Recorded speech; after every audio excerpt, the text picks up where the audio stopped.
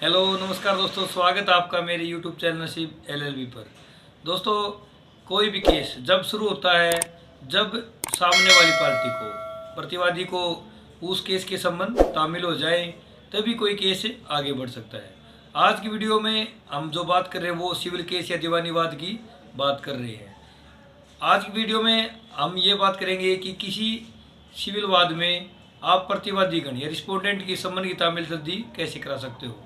इससे पहले अपनी वीडियो शुरू करें, आपको बता दें, यदि आप भी लीगल टॉपिक में इंटरेस्टेड हो तो हमारे चैनल को सब्सक्राइब कर लें और बेल आइकन को जरूर प्रेस कर लें, ताकि हमारे द्वारा बनाई गई कानून के ऊपर नई नई वीडियो की जानकारी का नोटिफिकेशन सबसे पहले आप तक पहुंच सके। दोस्तों, कोर्ट केस के अंदर कोर्ट की कार्रवाई तभी आगे बढ़ती है जब प्रतिवादीगण को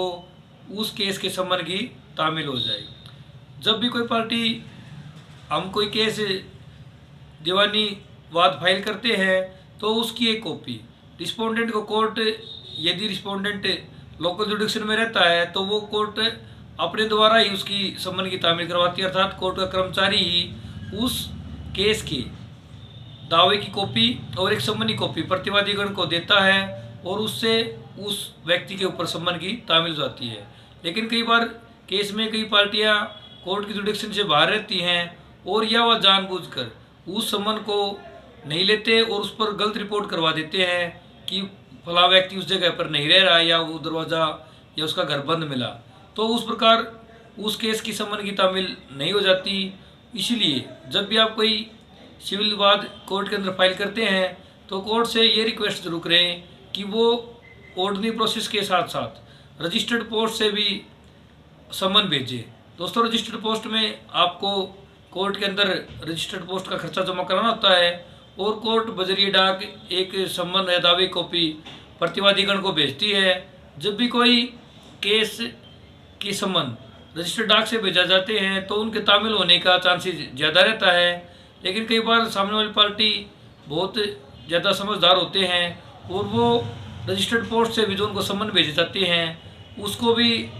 लेने से मना कर देते हैं और उनका जो उद्देश्य होता है वो कोर्ट केस को डिले करना होता है। इसलिए कोर्ट को जब रजिस्टर्ड पोस्ट से भी सामने वाली पार्टी अपने संबंध नहीं लेती है तो कोर्ट को पावर है, वो ऑर्डर 5 रूल 20 के अंदर कोर्ट उस संबंध को कोर्ट के बाहर चस्पा कर देती है और उसकी एक कॉपी जहाँ पे डिफेंडेंट या प्रतिवादीगण रहते हैं उसके घर के ऊपर चस्पा कर देती है, जिससे कि कोर्ट के संबंध की तामील मानी जाती है। इसके अलावा कोर्ट को जो भी प्रोसीजर उचित लगता है उसके माध्यम से रिस्पोंडेंट को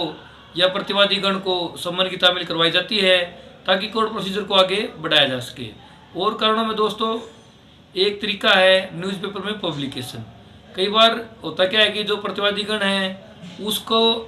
जो केस डालता है वादीगण को उसका लास्ट एड्रेस पता होता है और रिस्पोंडेंट उस एड्रेस को छोड़कर कहीं दूसरी जगह रहने लग जाते हैं, तो इस प्रकार उनको संबंध कराना बहुत मुश्किल काम हो जाता है। इसलिए उसमें आप कोर्ट को इस मैटर पर सेटिस्फाई कर सकते हो कि ऑर्डिनरी प्रोसेस से रिस्पोंडेंट को संबंध तामील नहीं करा जा सकता, और या कोर्ट के सामने कई ऐसे कारण है कि सामान्य प्रोसेस से सामने वाली पार्टी को संबंध या की तामील करवाना मुश्किल है, तो कोर्ट किसी लोग डेली न्यूज़पेपर में उस रिस्पोंडेंट के खिलाफ पब्लिकेशन की ऑर्डर देता है। दोस्तों, यहाँ पर पब्लिकेशन